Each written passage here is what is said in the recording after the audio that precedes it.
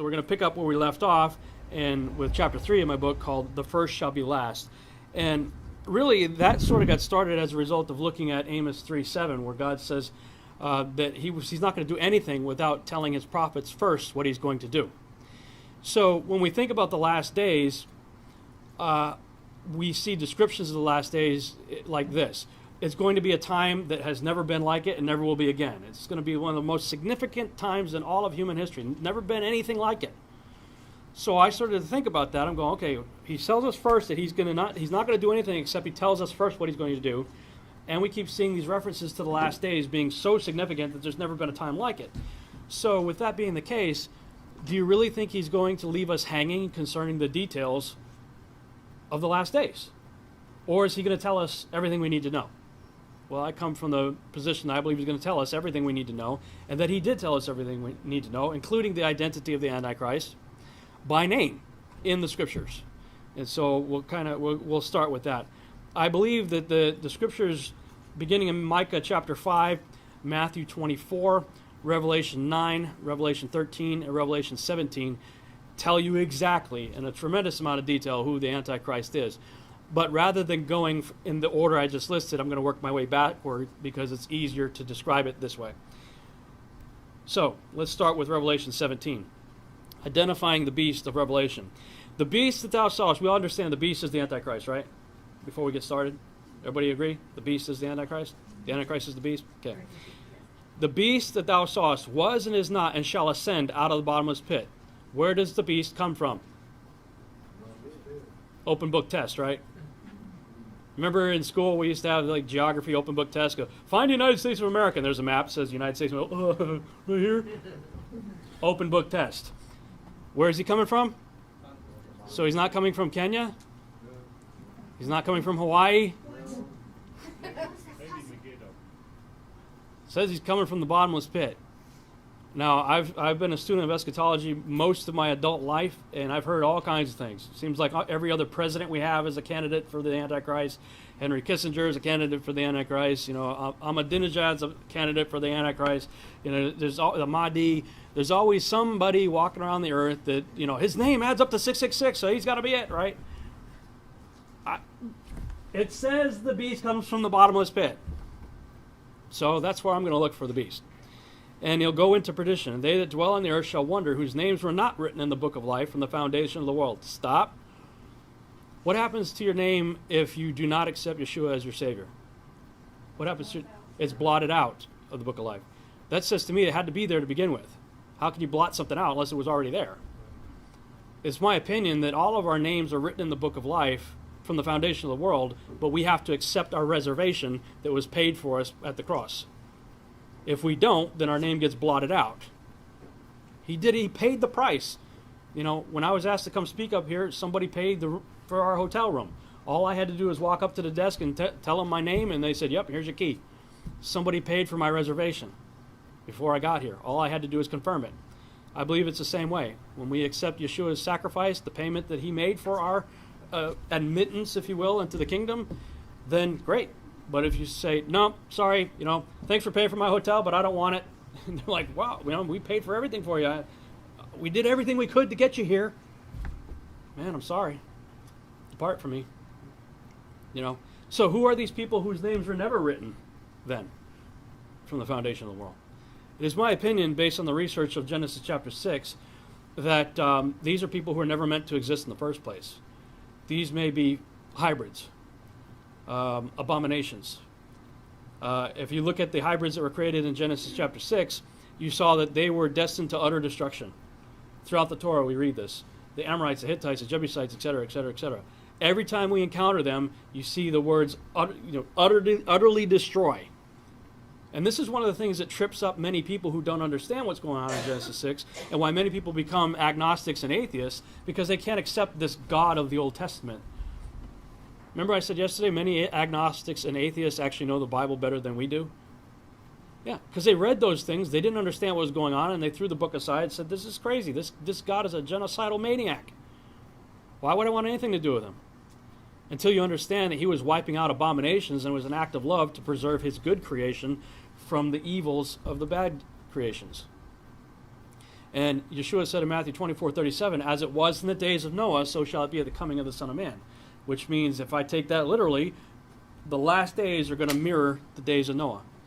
And if you keep reading, like in Luke, I believe it's 21, where he's talking, he says, except those days be shortened, no flesh would be saved. Something's going to happen, and it's going to be really bad, to the point where God's going to have to wipe the whole world out again, this time with fire, because of a repeat of what happened in Genesis chapter 6. What has been will be again, Solomon said in Ecclesiastes 1:9, right? So it is my opinion that these are probably hybrids.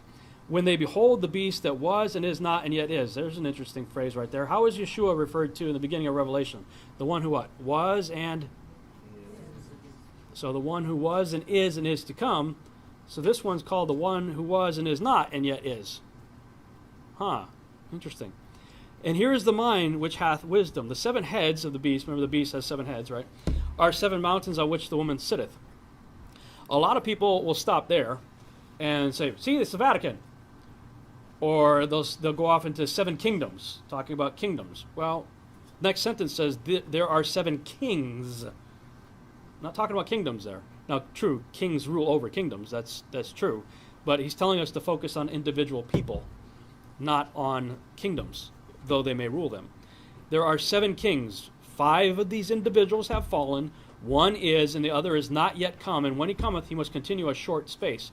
And the beast that was and is not, even he is the 8th, and is of the 7, and goeth into perdition. There's a ton of detail given in those few verses right there. So let's just go with the text here. It says we got 5 have fallen, 1 is, and 1 is yet to come. Okay. First thing we need to address again is that the word that was used there is kings. The Greek word is basileus. Strong's Concordance number 935, defined as a king, a ruler, an emperor. John did not use the closely related word basileia, Strong's Concordance number 932, which means kingship, sovereignty, rule over kingdom, etc. So all these teachers are out there saying it's seven kingdoms. That's not what the text says in English nor in Greek. It's talking about individuals we need to be looking at. So the 5 had fallen. Now, when I first started going down this line of thought, I had read a book by a guy named Peter Goodgame, who wrote a book called The Giza Discovery. That's online for free. You can, I think it's thegizadiscovery.com or redmoonrising.com, I think is his website. Anyway, if you could just Google The Giza Discovery by Peter Goodgame. He was going down this same line of thought and put together a list of the people that he thought fit for the list of the 5 have fallen, 1 now is, and 1 is to come. And his list was based on, okay, if we know we're talking about the beast, we know we're talking about the Antichrist, let's look for people in the biblical account and in history who fit Antichrist-like characteristics. We know what the Antichrist is going to do and some of his characteristics, so let's see how many people we could find that fit the bill, basically. And this was the list that he came up with, and as I did my own research, and again, I consider myself to be a researcher. By that I mean I research what has been searched by others before me. I don't take anything, and I don't want you to take anything that I say any more than I take anything somebody else says just as gospel truth. Take it, absorb it, write notes down, and go search it out for yourself, pray, and let the Holy Spirit be your teacher, not me or anybody else. So when I hear somebody give something that just kind of really resonates with me, I'm like, cool, okay, that's interesting. I'm going to go look it up and go search for myself. I found that I agreed with the list that he came up with a few exceptions that we'll cover. Number 1, Nimrod. He's the first king in the Bible, in the post-flood world, certainly. He's tried to create a one-world system without God. In fact, his goal was to kill God. Huh, that sounds a lot like the Antichrist. Look at what he's trying to do, New World Order. He's going to make war with the one coming on the horse. That we know that's Yeshua, so certainly fits. Then let's continue with the descriptions given in the Scriptures. We see that this individual has a deadly head wound, right? And I saw one of the heads, as it were, wounded to death, and his deadly wound was healed, and all the world wondered after the beast. And, a lot of people are saying it's Obama right now. And I will admit there is a lot of weirdness surrounding this guy. And I'll talk about him a little bit more as we get further in this presentation. I personally do not obviously believe that he is the Antichrist. I think he may be an Antichrist. There are many Antichrists. But there is the Antichrist beast, that we're trying to nail down here. In my personal opinion, is he's probably playing the role of a John the Baptist type character, like others before him, preparing the way for what's to come. But, I joke about it, but I'm kind of serious. I don't really think the Antichrist is going to need a teleprompter to address sixth graders. And they worshipped the dragon, which gave power unto the beast, and they worshipped the beast, saying, "Who is like unto the beast? Who is able to make war with him?" I just can't see that applying to a dude that needs a teleprompter to read in front of sixth graders to give a speech. He doesn't impress me, put it that way. But if we look at the list, looking for somebody who has a deadly head wound, well, Nimrod, in numerous accounts of this character, he became known by many names. We talked about last night how at the Tower of Babel, everybody was under his leadership, all gathered together, and then the confounding of the languages. They went out to 70 different languages, 70 different people groups, went their different ways, talking about the same guy, now with different languages. So he took on different names. All right. But in the various stories of some of these names that he became known by, you'll see that he was chopped up. Osiris was chopped up into 14 pieces, only 13 of which were found. In numerous cases, you see the mutilation of this individual. The book of Joshua tells you that Esau cut off Nimrod's head. Esau was known as a mighty hunter, right? His dad loved him because he could bring home the venison, right? Remember the whole deal where Jacob fooled his dad, the whole deal with that. He was a good hunter. He was a teenager. He's about 15 years of age, I believe, 13 or 15, I forget, but I think he was 15. According to the Joshua account, he was out hunting. Nimrod's pushing about 200 and change, 230, 215, something like that, years of age. He was known as a mighty hunter. He's out there, 2 alpha dogs in the same field. Esau waits in ambush and at the opportune time rushes out and cuts off Nimrod's head and kills his other 2 buddies that were with him. Meanwhile, Nimrod had a team of other people who were further away that heard the commotion, and they came running to see what was going on, found the dead body, and wanted to know who killed Nimrod, their king.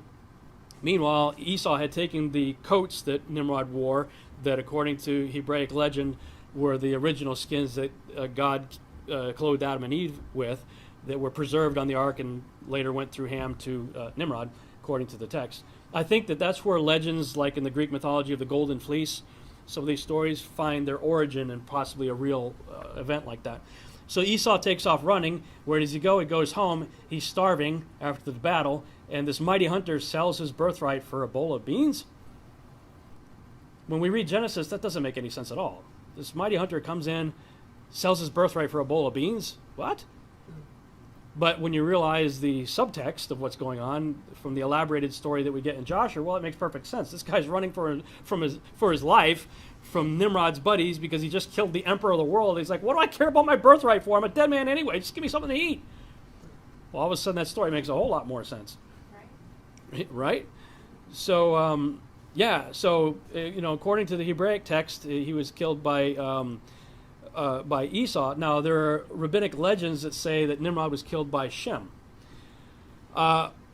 There's a number of possibilities of what could have happened there. I basically think that what happened after Esau killed him is that Shem chopped him up into the remaining pieces that we hear about in the Osiris legend, and the pieces were mailed out to people just same way, what's that, the prostitute, I think, in the book of Judges, I think, where she was chopped up and they mailed the pieces to people. They're making a statement, basically. But if you can imagine, Nimrod is the emperor of the world, right? And he's killed, and nobody's there to witness. Nobody saw what really happened. How many people do you think would be trying to take credit for getting rid of this guy? Try to prop themselves up as, I'm the guy. You know what I mean? So, interesting. Pharaoh of Egypt at the time of Exodus, he did not have a mortal head wound. Sennacherib, no. King of Tyre, no. Antiochus Epiphanes, no. Alexander the Great, no. Domitian, no. Nero, possibly. It is said that he stabbed himself in the throat. And by the Hebraic understanding, that may be considered part of the head. Okay, let's give it the benefit of the doubt. And according to the official historical narrative, Hitler supposedly shot himself in the head. Although recent forensic evidence disputes that, they found that that skull was actually a female skull, and there's no real evidence at all that showed that Hitler killed himself. In fact, there's a lot more evidence that suggests he probably got away, made his way to Argentina or someplace like that. So, but for the sake of argument, let's just say we got 3 candidates right there. Well, as we mentioned already, one of the titles used for the Antichrist throughout the Old Testament is the Assyrian. Which one fits that title? Only one. Nimrod. So by process of elimination, we've landed on Nimrod. We have the name of the Antichrist, the beast that comes out of the bottomless pit, given for us in Scripture in Revelation 9, verse 11. 9:11. Interesting. And they had a king over them, which is the angel of the bottomless pit. Where did the beast come from? Okay. Whose name in the Hebrew tongue is Abaddon, but in the Greek tongue hath his name Apollyon, which is a derivative spelling of Apollo. Same character. So it just told you who the Antichrist is. It's Apollo. And when you realize who Apollo is, and you start looking at the synchronicities of various mythologies, you realize, the Greeks are just borrowing from the Egyptians, who are borrowing from the Sumerians and the Babylonians, etc. And the Romans come along and borrow from the Greeks. Everybody's borrowing from each other, taking all of a sudden Zeus becomes Jupiter, and, they're taking the gods of those who came before them, renaming them in their own language and assigning attributes to them, and sometimes keeping the attributes borrowed from the other cultures. All right, so Apollo is the name of the Antichrist. 666, we all know about the number of the beast. We said that he was 1/3 man, right? Well, man is a carbon-based organism. The carbon molecule consists of 6 protons, 6 electrons, 6 neutrons. So just by default, man's number would be 666 by the carbon molecule. 2/3 God, 66.6. The Washington Monument represents a phallus. The obelisk in antiquity is a representation of the 14th piece of Osiris that was not found, that Isis fashioned in order to impregnate herself. So this is a disgusting object right here in our nation's capital, sticking up like a middle finger to God. And it's the largest phallic symbol in the world, standing at 6,666 inches tall by 666 inches wide at the base. When we talk about Nimrod, just by way of review, in my Teaching the Mythology and the Coming Great Deception DVD, these are just some of the names that he became known by. There are many more. For the purpose of this talk, I'm going to focus on the ones in red: Gilgamesh, Orion, Apollo, and Osiris. Because some very interesting things have happened in the last few decades. They found the tomb of Osiris in 1999. Dr. Zahi Hawass is one of the most renowned Egyptologists out there. He said, "I have found a shaft going 29 meters vertically down into the ground, exactly halfway between the Chevron Pyramid and the Sphinx. At the bottom, which was filled with water, we have found a burial chamber with 4 pillars. In the middle is a large granite sarcophagus, which I expect to be the grave of Osiris, the god. I have been digging in Egypt's sand for more than 30 years, and up to date, this is the most exciting discovery I have made." This is what they found. Where the red star is between the middle pyramid and the Sphinx, that's where they found this opening. For years, they thought it was just a well, a watering well, because it was an opening, but it had water in it. And people would play in it or do stuff in it or whatever. For whatever reason, they decided, let's pump the water out and see what this thing really is. So they pumped the water out, went and found that it went down into this antechamber there, and they walked around, found another opening, and went down, and they found an area that had 6 sarcophagus and another opening, a 7th one. How many heads did the beast have? 7. 6 and 1, right? So you had 3 here, 4, 5, and you went down into the other one down here. So they